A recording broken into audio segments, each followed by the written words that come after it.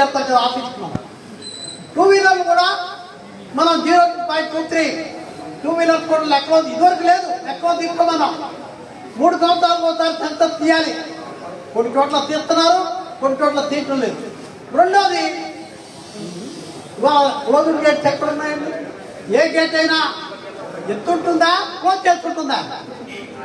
Closing గేట్లే లేవు, ఇంకా C class gate ఏంటి? పూర్వకాలంలో బియ్యాబాయి కృష్ణంలో ఇలా పని లేదు, ఊరికే క్లోజింగ్ గేట్లు ఎప్పుడో 1 గంటకో 2 గంటలు వెహికల్ వస్తుంది, అప్పుడు గేట్ ఎత్తుతాడు.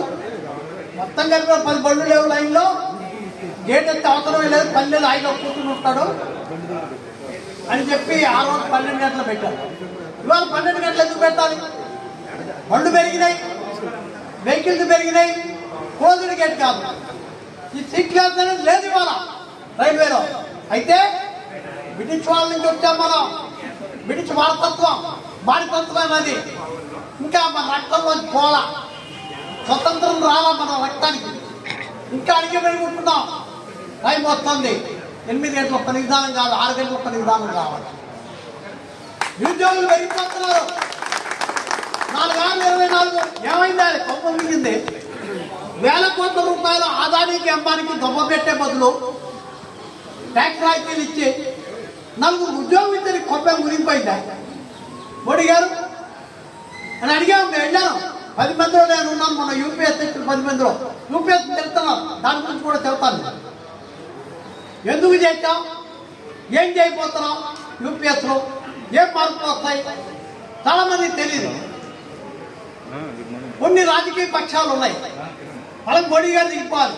మనకి మోడీ గారు ఉన్నా, నెహ్రూ గారు ఉన్నా, రాహుల్ గాంధీ ఉన్నా, చంద్రబాబు నాయుడు వచ్చినా, జగన్ వచ్చినా, ఎవరు వచ్చినా మనకే సంబంధం లేదు. మన హక్కు మనవి, మన పోరాటం మనది. వాళ్ళు ఎవరున్నారని కాదు, నాకేం కావాలో ఇవ్వు. అక్కడ జగన్ ఉన్నాడా, చంద్రబాబు నాయుడు ఉన్నాడా, రాహుల్ గాంధీ ఉన్నాడా, లేకపోతే మోడీ ఉన్నాడా, లేకపోతే రేపు పొద్దున ఇంకోళ్ళు వస్తారు, నిర్మలా సీతారామన్ వస్తే మాకు అవసరంలా. ఆ జెండాలతో మాకు అవసరంలా, మా జెండా ఎవరి జెండా. ఆ విధంగా రేపు పోరాటం చేయాలి మనం. ఆ పోరాటం చేయాలంటే మరి 48 నుంచి 74 సుమారుగా మరి తక్కువ కాలమే అవ్వాలి. 80 ఏళ్ళు ఆల్మోస్ట్ ఆల్ అవుతుంది. 80 ఏళ్లలో ఒక్కసారి కూడా సమ్మె చేయలేదే. జైల్లో కూడా ఎలా ఉంటుందో నీకు తెలియలేదే. ఉద్యోగం పోతే ఎలా ఉంటుందో నీకు తెలియదే. నేను పోరాటం చేస్తా అంటే నమ్మటానికి వెర్రివాళ్ళ ఉన్నారు నా కార్మికులు.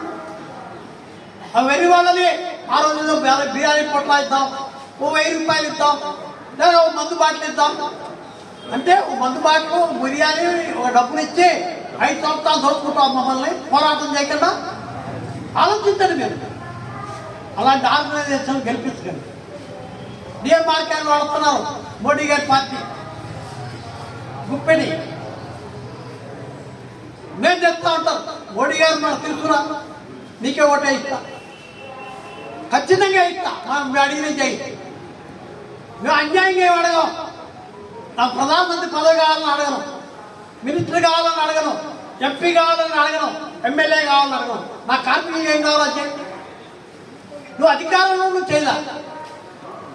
మన్మోహన్ సింగ్ గారు 10 సంవత్సరాల అధికారంలో ఉంటే ఎన్పిఎస్ రద్దు చేయాల, ఇవాళ రద్దు చేయిస్తారు. మోడీ గారు ఎన్పిఎస్, మోడీ గారు మన్మోహన్ సింగ్ 20 ఏళ్ళు అయింది. మనం జయించగలిగావా ఇన్ని పోరాటాలు చేసి? ఏదో మార్గమధ్యంగా టెంపరీ స్టాప్ నడిచి 20 సంవత్సరాలు నడిచి పోరాటం చేసి అలిసి ఒక కుర్చీలో కూర్చున్నాం, యూపీఎస్ అనే కుర్చీలో.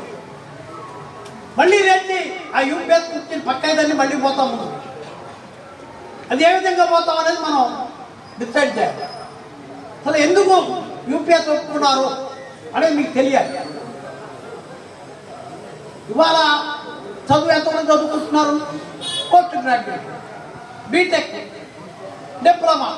ఎంత వయసు ఉంటుంది ఉద్యోగాలు?